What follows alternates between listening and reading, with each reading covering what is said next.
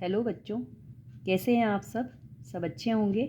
मैं आपको RBSE 10th board में जो एक्टिव पैसिव वॉइस आने वाला है वो आपको बहुत ही शॉर्ट में यहाँ पे समझाने वाली हूँ। जो आपका मिनिमम जो है 2 मार्क्स का कम से कम आएगा। हो सकता है ये एक नंबर के 2 प्रश्न आ जाए या 2 नंबर का एक ही प्रश्न आ जाए। तो मेरे यूट्यूब चैनल इंग्लिश पाठशाला में आप सभी का स्वागत है। और इसके लिए सबसे पहले हमने यहाँ पे देखना है कि रूल्स कि जो 5 गोल्डन रूल्स है, अगर आपने 5 गोल्डन रूल्स कहीं भी लगा दिए तो आपको एक्टिव पैसिव का किसी भी तरह का सेंटेंस आ जाएगा। इसको आप इजीली सॉल्व कर सकते हो। पहला है, हम सभी जानते हैं जैसा कि एक्टिव से पैसिव में चेंज करने के लिए, जब हमें एक्टिव से पैसिव में चेंज करना है तो सबसे पहला रूल क्या होगा कि हमें ऑब्जेक्ट को सब्जेक्ट में बदलना होगा। सबसे पहली बात हमें ये ध्यान रखना चाहिए, हम जानते हैं कि एक सेंटेंस में सब्जेक्ट, वर्ब और ऑब्जेक्ट होता है। तो हम सबसे पहले ऑब्जेक्ट को सब्जेक्ट में चेंज करेंगे। फिर जहाँ पे आवश्यकता अनुसार, जिस तरह की आवश्यकता होगी, जिस टेंस से रिलेटेड होगा, उसकी हमें हेल्पिंग वर्ब लगाना है। थर्ड गोल्डन रूल है हमारा कि वर्ब की थर्ड फॉर्म ही लगाएंगे जब हम एक्टिव से पैसिव में चेंज करेंगे। ये सबसे बड़ी चीज़ है कि हम हमेशा वर्ब की थर्ड फॉर्म ही पैसिव में लगाएंगे। इसके बाद हमें बाई लगाना है और बाई का यूज़ करने के बाद हमें सब्जेक्ट को ऑब्जेक्ट में बदलना है। ये सबसे बड़ी बात है कि जब भी हमारे सामने यहाँ पे ऑब्जेक्ट होता है और जो सब्जेक्ट है, सबसे पहले हमने देखा है सब्जेक्ट होता है और ये ऑब्जेक्ट है, तो ये ऑब्जेक्ट चेंज होकर हमारा क्या बन जाएगा, सब्जेक्ट, और ये सब्जेक्ट चेंज होकर हमारा क्या बन जाएगा, ऑब्जेक्ट। ये चीज़ हमें हमेशा ध्यान रखनी है। इसके बाद हम देखेंगे कि एक्टिव से पैसिव बनाना किस तरह से बनाते हैं, क्या सामान्य नियम है। टेंस से रिलेटेड होता है, इसलिए हमें टेंस का ज्ञान भी होना जरूरी है। टेंस से भी मैं आपको एक वीडियो बना के बहुत ही शॉर्ट में बता दूंगी, तो उस वीडियो से आपको इससे बहुत ज़्यादा हेल्प मिल जाएगी। एक्टिव वॉइस से पैसिव बनाने के लिए हम जानते हैं कि जो फर्स्ट जो चीज़ है, जो नियम है, वो वर्ब की फर्स्ट फॉर्म या वर्ब की फर्स्ट फॉर्म में एस कहाँ लगता है, हम जानते हैं प्रेजेंट इंडेफिनिट टेंस में लगता है। तो हम यहाँ पे जब हमारा प्रेजेंट इंडेफिनिट में होगा तो उसको पैसिव में जब चेंज करेंगे तो इज एम आर का यूज़ करेंगे, प्लस वर्ब की थर्ड फॉर्म लगनी ही है जब ये प्रेजेंट टेंस में होगा। अगर ये नेगेटिव में है, नेगेटिव में हम जानते हैं कि प्रेजेंट टेंस में डू डज का प्रयोग होता है, प्लस नॉट लगेगा। तो वही जब हम पैसिव में नेगेटिव बनाएंगे तो वही हमारा इजेमार लगेगा, नॉट लगेगा और वर्ब की थर्ड फॉर्म लगेगी। इसके बाद में कंटिन्यूस टेंस आ जाता है। तो प्रेजेंट कंटिन्यूस टेंस हम जानते हैं इजेएमआर प्लस वर्ब में आईएनजी होता है। तो जब जितने भी कंटिन्यूस टेंस है उनका एक्टिव से पैसिव में बनाएंगे तो उसमें हम हमेशा बिंग का इस्तेमाल करेंगे।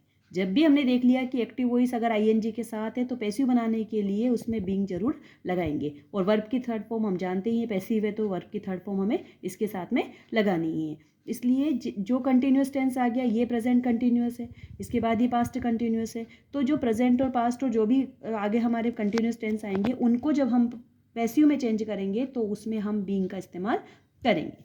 अब यहाँ पे हैज़ हम जानते हैं कि ये परफेक्ट टेंस है। कौन सा, प्रेजेंट परफेक्ट टेंस है और वर्ब की थर्ड फॉर्म परफेक्ट में आएगी। तो हम इसको हैज़, हैव और जितने भी परफेक्ट आएंगे उसमें हम बीन का इस्तेमाल करेंगे। वर्ब की थर्ड फॉर्म बार बार कहने की आवश्यकता ही नहीं पड़ेगी, पैसिव में हमेशा वर्ब की थर्ड फॉर्म आएगी। अगर हमारे सामने वर्ब की पास्ट टेंस आ गया, इसमें डिड नॉट है, नेगेटिव है या वर्ब की सेकंड फॉर्म है, तो हमारा वॉज वर, अगर ये केवल वर्ब की सेकंड फॉर्म है तो वॉज वर वर्ब की थर्ड फॉर्म आ जाएगी। और अगर ये डिड के साथ है तो डिड नॉट में हम जानते हैं कि जैसे डिड नॉट यूज़ करेंगे वर्ब की फर्स्ट फॉर्म हो जाती है, सेकंड से फर्स्ट हो जाती है। तो यहाँ वॉज वर, नॉट और वर्ब की थर्ड फॉर्म का इस्तेमाल होगा। फिर वॉज वर है और वही कंटिन्यूस टेंस आ गया तो इसमें बिंग लगा देंगे। वॉज वर्ब के साथ में क्या लग जाएगा, केवल हमें बिंग लगाना है और वर्ब की थर्ड फॉर्म लगानी। हेड, ये पास्ट परफेक्ट टेंस हो गया, इसमें हमेशा परफेक्ट में वर्ब की थर्ड फॉर्म ही आती है। तो यहाँ पे हमारा हैड बीन प्लस वर्ब की थर्ड फॉर्म हो जाएगा। इसके बाद फ्यूचर टेंस अपना विल शेल वर्ब की फर्स्ट फॉर्म। तो विल शेल जहाँ पे आएगा तो हमें क्या लगाना है इसके साथ में, बी और वर्ब की थर्ड फॉर्म। मुझे रिमेनिंग जो टेंस है उनका प्रयोग इसमें नहीं होता है, वो भी मैं आपको बता दूंगी। मॉडल आ गया अगर, तो मॉडल के साथ वर्ब की फर्स्ट फॉर्म है तो मॉडल के साथ भी हमें बी का इस्तेमाल करना है। गोइंग टू आ गया तो वर्ब की फर्स्ट फॉर्म है तो भी गोइंग टू के साथ भी हमें बी का यूज करना है। तो इस तरह से हम एक्टिव से पैसिव वॉइस में इन सामान्य नियमों के तहत चेंज कर सकते हैं। अब जैसे कि हम देखेंगे कि सब्जेक्ट से ऑब्जेक्ट में होने में क्या चेंज होंगे। तो जैसे हमारे सामने हमारा सब्जेक्ट है आई, जब ये आई ऑब्जेक्ट में जाएगा तो बन जाएगा मी। अगर हमारा सब्जेक्ट है वी तो जब ये ऑब्जेक्ट बनेगा तो हो जाएगा अस। अगर हमारा सब्जेक्ट है यू तो ये जब ऑब्जेक्ट में जाएगा तो यू ही रहेगा क्योंकि थर्ड पर्सन है। अगर हमारा सब्जेक्ट है ही तो ये जब ऑब्जेक्ट में जाएगा तो क्या बन जाएगा, हिम। अगर हमारा सब्जेक्ट शी का हर, इट इट में ही रहेगा और दे किस में बन जाएगा, देम में। तो ये हमारा सब्जेक्ट से ऑब्जेक्ट बनाने की कुछ सामान्य नियम है जिसमें नाउ सब्जेक्ट का नाउन प्रोनाउन क्या चेंज होगा वो हमें देखना है। अब हम देखते हैं कि इसमें क्वेश्चंस जो है सामान्यतः 3 तरह से पूछे जाते हैं। सिंपल सेंटेंस में उसने कुछ भी पूछ लिया तो सिंपल सेंटेंस का जो है हमें साधारण तरीके से जवाब देना है। जैसे इसने कहा है कि Mrs Sharma cooked the breakfast, ये हमारा एक्टिव है। अब इसमें हम सब्जेक्ट को तलाश करेंगे तो मिसेस शर्मा हमारा क्या है, इसमें सब्जेक्ट है। कुक्ड क्या है, इसमें वर्ब है। और द ब्रेकफास्ट क्या है, इसमें हमारा ऑब्जेक्ट है। ये हमने जब तीनों देख लिया, हम जानते हैं कि एक सेंटेंस में 3 ही चीज़ें होती है और उससे रिलेटेड थिंग्स होती है। तो जहाँ हमने देखा सब्जेक्ट, वर्ब और ऑब्जेक्ट, तो इसको हम अगर पैसिव में चेंज करेंगे तो सबसे पहले हमें क्या सर्च करना है, हमें देखना है कि इसका ऑब्जेक्ट क्या है, क्योंकि ऑब्जेक्ट कहाँ चेंज होगा, सब्जेक्ट में। तो हमने देखा द ब्रेकफास्ट, तो हमने इस ऑब्जेक्ट को चेंज करके क्या बना दिया, द ब्रेकफास्ट। द ब्रेकफास्ट अब हमारा क्या हो गया, इस ऑब्जेक्ट से हमारा सब्जेक्ट चेंज हो गया। इसके बाद हमने देखा यहाँ पे वर्ब की कौन सी फॉर्म लगी हुई है, यहाँ पे वर्ब की सेकंड फॉर्म है। तो यहाँ पे क्या पास्ट टेंस से ही पता चल रहा है, तो क्या लगा देंगे हम, वॉज कुक्ड बाय और हमारा मिसेस शर्मा। ये हमारा सब्जेक्ट का क्या बन गया, ऑब्जेक्ट। तो इस तरह से हमने देखा कि जो हमारा सब्जेक्ट था वो पैसिव में जाके ऑब्जेक्ट बन गया और जो हमारा एक्टिव में ऑब्जेक्ट था वो हमारा सब्जेक्ट बन गया।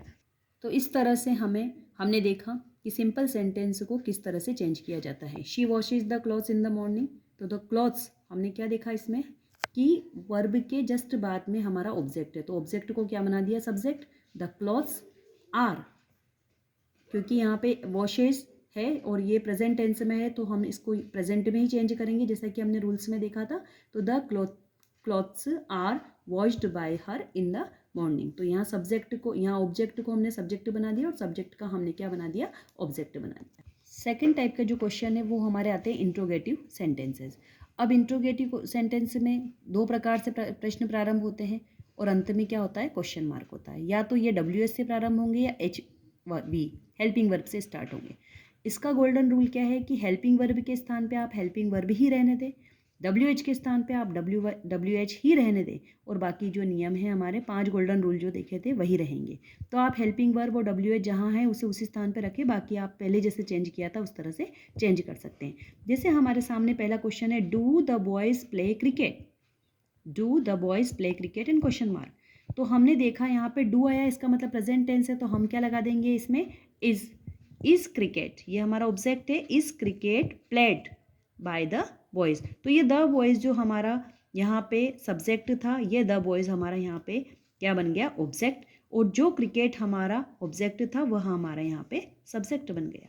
वाई, अभी W से शुरू है, why were you laughing at Sita, तो वाई की जगह वाई आ जाएगा और यहाँ पे डू की जगह इजी, क्योंकि ये भी हेल्पिंग वर्ब थी, हमने हेल्पिंग वर्ब लगा दी, वाई की जगह वाई लगाएंगे। और ये अंदर का जो चेंज है हमने वैसे ही किया है जैसे हमने सामान्य सेंटेंस में किया था, सिंपल सेंटेंस में किया था। तो वाई वॉज, क्योंकि हेल्पिंग वर्ब को बाहर लाना है, और Sita, were you laughing at Sita, तो सीता हमारा ऑब्जेक्ट था तो हमने सीता को क्या बना दिया यहाँ पे, सब्जेक्ट। बींग, क्योंकि ING लगा हुआ है तो हम इसमें क्या लगा देंगे, बींग। वर्ब की थर्ड फॉर्म लगा देंगे, लॉफ की जगह लॉफ्ड एट बाय यू, तो यहाँ पे ये यू हमारा जो सब्जेक्ट था ये हमारा ऑब्जेक्ट बन गया और जो सीता हमारा ऑब्जेक्ट थी वो हमारा सब्जेक्ट बन गई। तीसरी तरह के जो सेंटेंस आते हैं वो इम्पेरेटिव सेंटेंसेस। इनकी पहचान क्या होती है, इम्पेरेटिव सेंटेंस में हम देखेंगे कि वर्ब की फर्स्ट फॉर्म से शुरू होते हैं, या डू नॉट से शुरू होंगे और या लेट से शुरू होंगे। ये तीनों ही इसकी पहचान है कि अगर हमारा सेंटेंस है ये वो वर्ब की फर्स्ट फॉर्म से शुरू हो रहा है, डू या डू नॉट से शुरू हो रहा है, लेट से शुरू होता है, वो हमारे इम्पेरेटिव या आज्ञा सूचक शब्द होते हैं।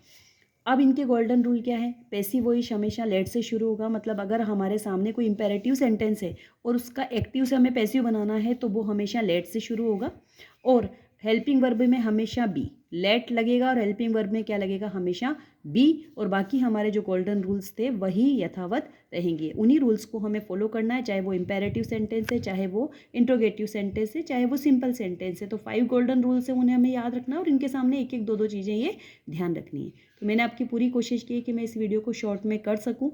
आप कमेंट बॉक्स में ज़रूर लिख के बता दें कि आपको आगे और किन चीज़ों की शॉर्ट ट्रिक्स मुझसे चाहिए, मैं आपकी क्या हेल्प कर सकती हूँ परीक्षा से पहले।